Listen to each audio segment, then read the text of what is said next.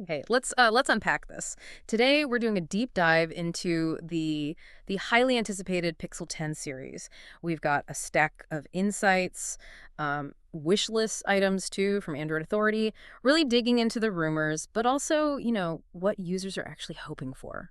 Is this like the turning point for Google or just another step? Yeah, and what's compelling here, I think, is how these reports let us kind of cut through all the noise, the leaks, the daily rumors.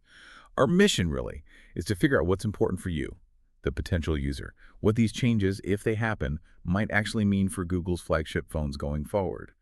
We want to help understand the sort of strategic why behind it all. One of the first things that really jumped out at me was the rumored launch date, August. That Yeah, seems early for Google, it right? does. Usually it's October. Exactly. And the buzz is saying, iterative update, no meaningful changes to the design, maybe a slightly bigger camera bar. But under the hood, they're expecting significant improvements and in the user experience. So what do you think that earlier launch signals? Well, it could be Google wanting to get ahead of the holiday rush, or maybe they're just more confident this time around with the hardware stability. But honestly, regardless of timing, the real focus seems to be internal. So let's start with the brain, right? The Tensor G5 chip. Right. A lot of the excitement is definitely around that, Mm-hmm. especially the rumored switch from Samsung's fabs to TSMC. And TSMC, well, they're widely seen as, the best in the business for making chips. Okay, so this isn't just about making it faster then. What's the bigger picture moving to TSMC? Exactly. It's more than just raw speed. It's a strategic shift. It could really change how well Google can optimize their unique AI stuff without always hitting thermal limits, needing to throttle. The Tensor G5, it's expected to be made on TSMC's 3-nanometer process. It's tiny. 3 nanometers. Allows for incredible efficiency, performance density. Wow, okay. So that should bring a pretty decent boost to baseline performance, graphics too. And we're also looking at maybe a modestly faster TPU that's the tensor processing unit for AI tasks. So smarter on-device features, more responsive. The real hope here is faster performance that, crucially, needs less throttling, which leads to better efficiency and, fingers crossed, better battery life. Right, the eternal battery life question. Yeah. It's Google really investing in their vision where, their software smarts are powered by truly custom hardware, not just off-the-shelf parts modified. Yeah. Now, the chip will still mix Google's own IP with off-the-shelf stuff, but having TSMC make it, that's key. Okay, so that's the potential new brain. But what about how you actually use the phone day to day? Biometrics. That's been let's just say a frustrating aspect for a lot of Pixel users recently. We went from those great rear fingerprint sensors, Pixels 1 to 5, super fast, convenient, then Pixel 6 onwards, under-display scanners with mixed results, putting it kindly, and just the 2D selfie camera for Face Unlock. Yeah, that 2D system, it's secure enough now for unlocking and banking apps, they say, but it's just using a flat image. It's nowhere near as good as Apple's Face ID, which uses that 3D depth map, makes it way more secure, and critically for Pixel users, that 2D system is pretty useless in low-light situations. Oh, totally. Drives me crazy. And interestingly, the Pixel 4, remember that one? That's really the only Google phone that has come close to what Apple offers. Yeah. It had the full 3D face unlock, plus the Soli radar chip for that really fast, proactive response. Yeah. Just looked at it. Yeah, Soli was cool, if a bit underdeveloped. Right. So the big question is, will Google finally prioritize this? Fix this user convenience issue, address the frustration. The good news, it seems, is that proper IR face unlock is apparently in their plans. The bad news, it might not actually be ready until the Pixel 11. Oh, come on, really? Yeah, potentially with an under-display IR camera system. So it shows they're working on it, but the timeline, well, it's a little bit of a worry. Okay, moving on from internals and unlocking. Let's talk looks. The outside. Design is often the first thing that makes a phone feel old, right? And Google, well, they seem to be playing catch-up here, especially with bezels. Definitely. It took until last year, the Pixel 9 series, for them to finally give us symmetrical bezels on all 4 sides. But let's be honest, they're still rather chunky, aren't they? They are. Especially when you put it next to, like, an iPhone 16 Pro or Pro Max. Those things have, like, 1.3, 1.4 millimeter bezel, super slim. Or the Galaxy S25 Ultra. It makes the Pixel 9 Pro look a bit dated, a little less premium. It really does. And if you connect that to the bigger picture, yeah, it suggests Google might be lagging a bit in just fundamental design aesthetics, which impacts how people see it as a premium device. And unfortunately, judging by those recently leaked Pixel 10 Pro prototypes, it doesn't look like we're getting much improvement there either. So same chunky bezels again. Looks like it. which means if slim bezels are high on your list, you'll probably have to wait and hope for the Pixel 11 series for a bigger redesign. It's a key battleground for that premium phone feel, and Google seems okay with iterating slowly here. Okay, speaking of ongoing frustrations, battery life. Probably one of the most common complaints about Pixels in recent years, right?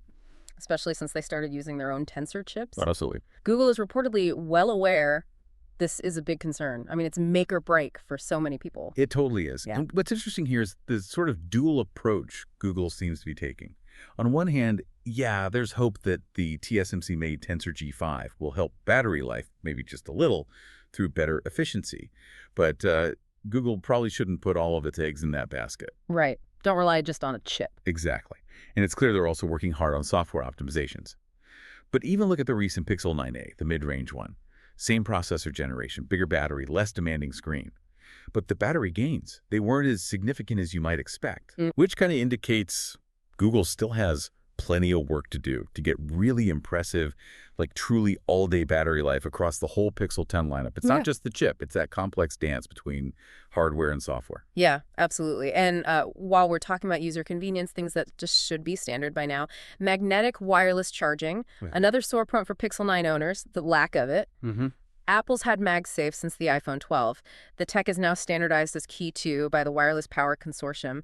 And yet, Android phone makers have been weirdly slow to jump on board. It just seems like a total no-brainer for a flagship phone. It's definitely a puzzle, isn't it? The situation across Android is kind of all over the place. Samsung, for instance, called the S25 series Key 2 ready, which meant 15W charging speeds. Okay, but without the secure magnetic attachment part. Just half the point. Pretty much. And the Pixel 9, it doesn't support Key 2 at all, which is baffling. And beyond just charging, Key 2 enables that whole ecosystem of magnetic accessories, right? Grips, stands, wallets, bike mounts, stuff that just clicks on securely. Yeah, really useful stuff. So while you can get magnetic cases for the Pixel 9 as a workaround, Google really needs to step it up here. They need to offer the full magnetic Q2 experience out of the box for the Pixel Pen. Thankfully, there is a recent rumor pointing to something called the Pixel Snap ecosystem. Pixel Snap. Okay. Yeah, magnetic Q 2.2 accessories. That's the newer version, potentially faster. Things like a charger, stands, maybe arriving alongside the Pixel 10. And with the iPhone 17 rumored to maybe support up to 45W charging with a new Q 2.2 MagSafe charger, faster wireless speeds could actually be coming to the Pixel 10 too. Yeah. That would be a huge win for convenience. Definitely. Okay, let's talk storage. This one just baffles me every year. All the base Pixel 9 models launched with a measly 128 GB of storage. I mean, come on. Apps are huge. Photos, 4K video. This paltry amount just isn't good enough for a flagship phone in 2025. It just isn't. It was pretty telling, I thought, when Google launched the Pixel 9 in the UK. They offered the 256 GB model for the same price as the 128 GB one as a pre-order bonus. That felt like a tacit admission, didn't it? Like they knew 128 shouldn't be the base. It absolutely did. Look, it's fair to argue maybe 128 GB is still okay for a cheaper phone like the Pixel 9a. Fine. But for the premium phones, Google needs to do better. The base Pixel 10 Pro models, they really ought to have 256 GB, no question. I agree. And honestly, it'll be a huge win for consumers if that applied to the standard Pixel 10 as well. This isn't just about, raw capacity numbers. It's about not making people constantly juggle storage, delete stuff, offload photos just to make space. That's a basic expectation for a modern flagship, surely. Basically. And hey, more storage options for the regular Pixel 10 would be nice too. The Pixel 9 tops out at 256 GB, right? You have to get the Pro for 512 GB or a terabyte. Yeah, good point. Okay, so on the kind of the other end of the spectrum from needing more space, some of us want a smaller phone. There's a strong desire for a more compact option. I briefly used an iPhone 13 a while back, and honestly, the excellent ergonomics, just because it was small, curved corners, light, it felt great. Size matters for handling. It really does. Now, Google's decision to offer a smaller Pro model with the Pixel 9 Pro, that was a great idea, definitely. But it's still quite a bit larger than the iPhone 13 and actually even bigger than the current iPhone 16 Pro. It's like a few centimeters taller and a smidge wider. And those bigger pixel bezels just make that size difference feel even more pronounced. Right, adds visual bulk too. Yeah, it really makes a difference for just using it comfortably with one hand. It truly does. So the hope, I guess, is that maybe the Pixel 10, the standard one, could be shrunk down just a little bit more. Ideally, maybe match the size of the latest iPhone Pro. It's not just about the numbers on a spec sheet. It's the feel in your hand, in your pocket. Google has already improved comfort on recent Pixels, gradually making the corners rounder, flattening the sides. Uh-huh. Those subtle ergonomic tweaks do help. They do. But reducing the overall footprint, that would really be the cherry on the cake for people who prefer compact phones and who want true one-handed use. It just makes the Pixel appeal to a whole group of people who often feel ignored by this trend of massive phones. Definitely feel ignored sometimes. Okay, finally, let's talk about buttons. An extra button. There's this rising trend, isn't there? An additional customizable button. Apple definitely made it trendy with the iPhone 15 Pro's action button. Replace the mute switch. Seemed pretty popular. Yeah, though maybe underutilized by Apple itself. True. And then the iPhone 16 went further with that new camera control button, but maybe to a more mixed reaction. What's the actual appeal of having another button? Well, it's really about efficiency, right? And customization. Giving the user a shortcut. And Android phone makers have done this for years, too. Think OnePlus's alert slider, which people love, or their shortcut key on the 13T.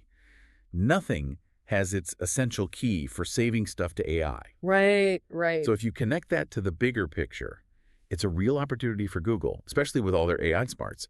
Now, I'm not saying they should copy Apple and add 2 new buttons, but just one extra button like you could assign to almost anything, like instantly launch assistant or a specific camera mode, maybe trigger a smart home routine. That would be a really welcome addition, I think. Yeah, I could see that being useful. Especially given how popular the Pixel's existing double-press power button gesture is for the camera or wallet. Google could definitely do something really cool and useful with another physical key. Tie it into their AI stuff somehow. Okay, wow. We've covered a lot in this deep dive.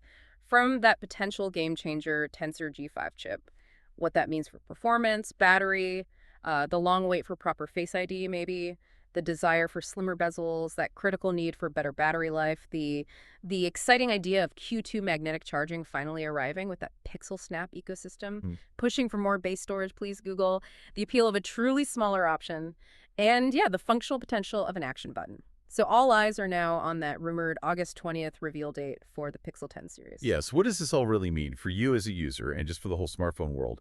As Google keeps refining the Pixel line, with these iterative updates, adding sought-after features, what does that tell us about that tricky balance between meeting those long-standing user demands, reliable, consistent improvements year after year, versus delivering something truly revolutionary, something only Google, with its AI focus, could potentially do? Is the Pixel 10 going to be the one that finally shifts from just good enough to being a must-have for the average person? Lots to think about there. We really hope this deep dive helps you feel well-informed and ready for whatever comes next with the Pixel 10.